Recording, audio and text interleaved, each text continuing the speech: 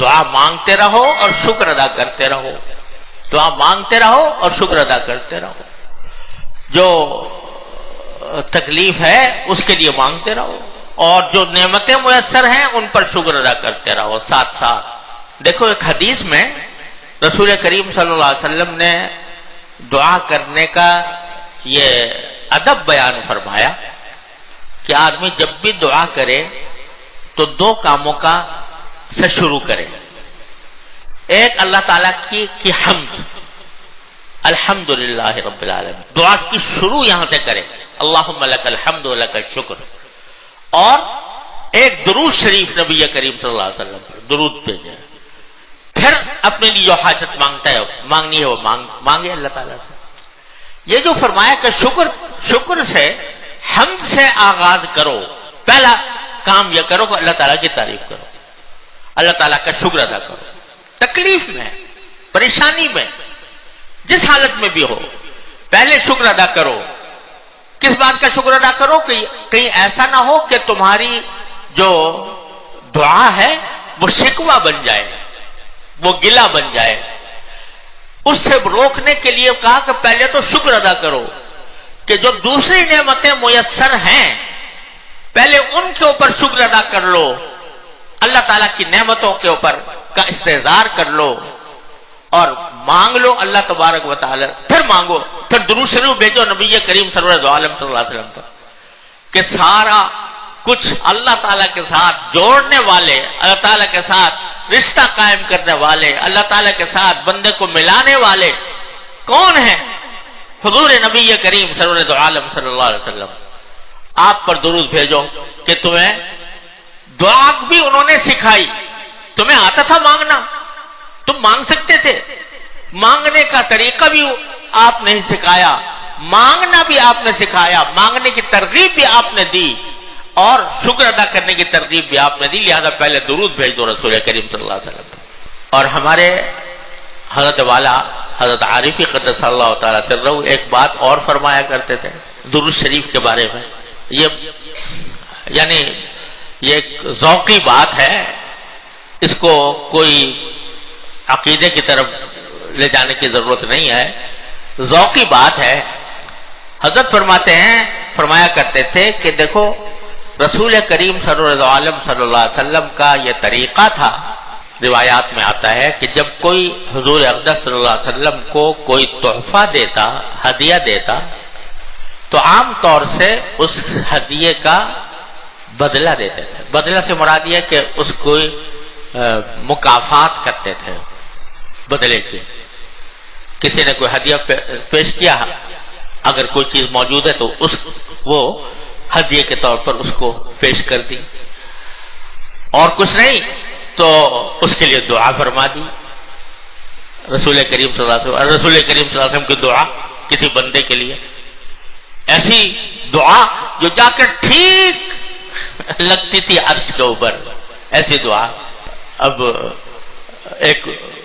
حضرت عبداللہ بن عباس رضی اللہ تعالیٰ عنہ فرماتے ہیں کہ رسول کریم صلی اللہ علیہ وسلم کی میں نے اتنی خدمت کی ایک مرتبہ کہ آپ کے لیے پانی لا کے رکھ دیا وضو کے لیے، تو آپ نے اس کا بدلہ کیا دیا؟ فرمایا کہ اللہم فقہہ فی الدین وعلمہ التأویل، اے اللہ اس کو دین کی سمجھ عطا فرما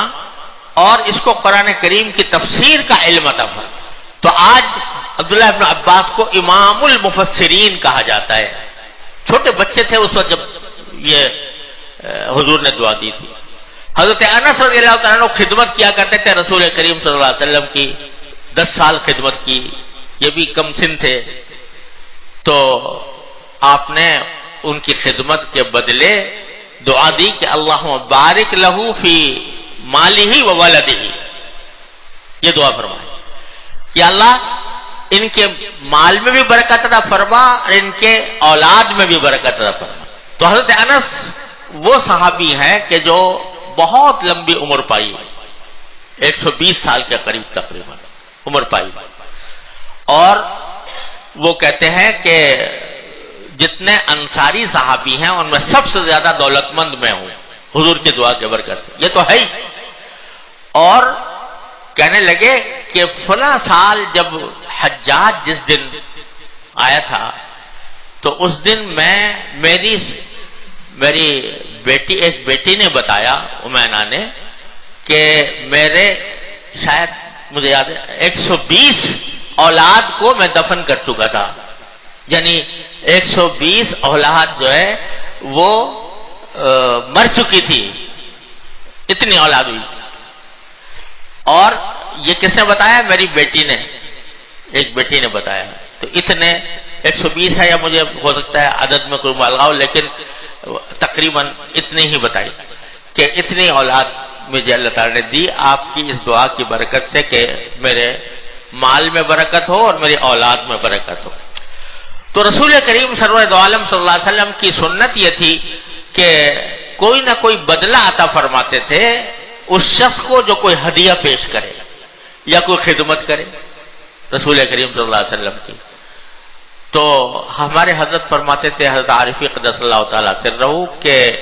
یہ درود شریف جو ہے یہ بندے کا اور امتی کا ایک ہدیہ ہے جو رسول کریم سرور دو عالم صلی اللہ علیہ وسلم کی خدمت میں پیش کیا جاتا ہے۔ اور حدیث میں یہ ہے کہ فرشتے یہ درود شریف لے کر جاتے ہیں سرکار دو عالم صلی اللہ علیہ وسلم کی خدمت میں، آپ کی خدمت میں لے جاتے ہیں اور آپ کو پہنچاتے ہیں کہ آپ کے فلاں امتی نے آپ پر درود بھیجا ہے۔ یہ باقاعدہ لے کر جاتے ہیں فرشتے رسول کریم صلی اللہ علیہ وسلم۔ تو ہمارے حضرت فرماتے تھے کہ بھائی میرے ذوق کی بات ہے کہ جب عام زندگی کے اندر رسول کریم صلی اللہ علیہ وسلم کا یہ معمول تھا کہ کوئی ہدیہ پیش کرے تو کوئی نہ کوئی بدلہ اس کو عطا فرماتے تھے یا کم از کم دعا فرماتے تھے۔ تو جب ہمارا درود شریف پہنچے گا سرکار دو عالم صلی اللہ علیہ وسلم کی بارگاہ میں تو ضرور وہ آپ ہدیہ پیش کرتے ہوں گے، اس کا مکافات کرتے ہوں گے۔ اور مکافات کیا ہے؟ کہ دعا فرماتے ہوں گے کہ اس بندے کی حاجت ہے اللہ آپ پوری فرما دیجئے، دعا فرماتے ہوں گے۔ لہذا سکھایا یہ کہ اپنی بات بعد میں کہو، اپنی تکلیف اپنی حاجت بعد میں کہو، پہلے اللہ تعالیٰ کا شکر ادا کر لو، الحمدللہ کہہ لو، اللہ تعالیٰ کا شکر ادا کر لو، اور اس کے بعد نبی کریم صلی اللہ علیہ وسلم کی خدمت میں درود شریف کا ہدیہ بھیج دو، پھر مانگو۔ تو شکر سے آغاز کر کے، یہ شکر سے شروع کر کے یہ فرما دیا کہ شکر کہیں ایسا نہ ہو کہ میری دعا گلہ بن جائے، شکوہ بن جائے۔ لہذا پہلے شکر، اے اللہ آپ کا کرم ہے، اتنی نعمتیں مجھے ملی ہوئی ہیں کوئی حد و حساب نہیں ہے، تو اس واسطے پہلے میں شکر ادا کرتا ہوں ان کا، پھر آپ کے نبی پاک صلی اللہ علیہ وسلم پر درود بھیجتا ہوں، پھر اپنی حاجت آپ کے سامنے پیش کرتا ہوں۔ حاصل کیا ہوا اس کا؟ حاصل یہ کہ اللہ آپ نے بہت کچھ مجھے دے رکھا ہے، اے اللہ مجھے نعمتوں میں آپ نے پالا ہوا ہے اور میرے اوپر نعمتوں کی بارش ہو رہی ہے، لیکن ایک حاجت ہے میری، اے اللہ اس کو پورا فرما دیجیے۔ یہ ہے بندے کی بندگی کا تقاضا۔ تو کہیں بھی دعا کو شکوے اور گلے کا انداز نہ بننا چاہیے، بلکہ مجھے سچی بات ہے اپنے اس دوران کبھی کبھی مجھے ڈر لگا کہ جب یہ میں نے پچھلے جمعہ کو آپ حضرات سے عرض کیا تھا کہ میں دعا کرتا ہوں آپ بھی دعا کریں کہ اللہ تعالیٰ مجھے سجدے سے محروم نہ فرمائے، تو یہ کسی ہمارے ساتھی نے طالب علم نے سن لی ہے بات، اس نے کچھ شعر کہہ دیے اور وہ شعر کہہ کے شعر بڑے اچھے کہے ہوئے تھے انہوں نے، کچھ پر اس پر میں نے بھی اضافہ کر دیا، تو وہ یہاں تو آج دنیا میں ذرا سی بات کہو تو ساری دنیا میں پھیل جاتی ہے، سنا ہے کہ کہاں سے کہاں پہنچ گئی اور لوگوں نے اس پر کہاں سے کہاں پہنچ گئی، تو اس میں صرف دعا ہی دعا ہے کہ یا اللہ مجھے اپنی دہلیز تک پہنچا دے، مجھے سجدے میں کرنے کی توفیق عطا فرما دے، اور وہ پڑھے جانے لگے شعر لوگ۔ تو مجھے کبھی کبھی ڈر لگا کہ کہیں ایسا تو نہیں کہ یہ کوئی شکوہ ہو گیا ہو اللہ تعالیٰ سے، ارے بے شک زمین پر سجدہ کرنے کی نعمت اللہ تبارک و تعالیٰ کی بڑی عظیم نعمت ہے اور اس کو مانگنا ضرور چاہیے، لیکن جس حال میں رکھے وہی حال اچھا ہے،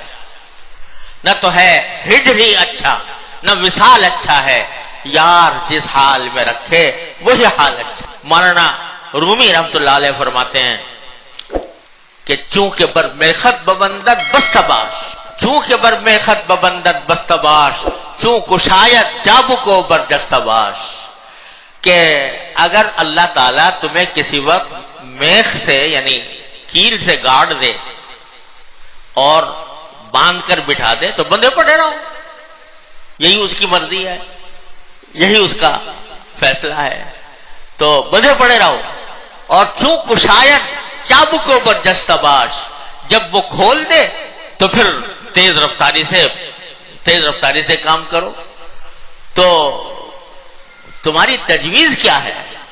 تم کیا ہو، تمہاری تجویز کیا ہے؟ بات یہ ہے کہ فیصلہ انہی کا ہے اور اسی پر راضی رہنا چاہیے، اسی پر خوش رہنا چاہیے۔ جب وہ زمین کے سجدے کی نعمتیں اور اس کا اجر اور اس کا حساب وہ ایسے جھک کر سجدے کرنے میں دے رہے ہیں تو ان کا کرم ہے، ان کی عطا ہے، وہ کوئی ایسی بات نہیں ہے کہ جس کو معاذ اللہ برا مانا جائے، تو وہ تو ان کا فیصلہ۔ تو کیا کرو کہ راضی بقضا رہو، اللہ تعالیٰ کی تقدیر پر راضی رہو۔ چونکہ بر میخت ببندت بستباش، چون کشایت چابو کو برجستباش۔ تو اللہ تبارک و تعالیٰ چاہ رہے ہیں کہ تم ابھی بندھے پڑے رہو، تو رہو بندھے پڑے ہوئے، کیا ہے؟ اسی میں ان کی رضا ہے، اسی میں ان کی خوشی ہے، تو اسی میں تمہاری خوشی ہونی چاہیے۔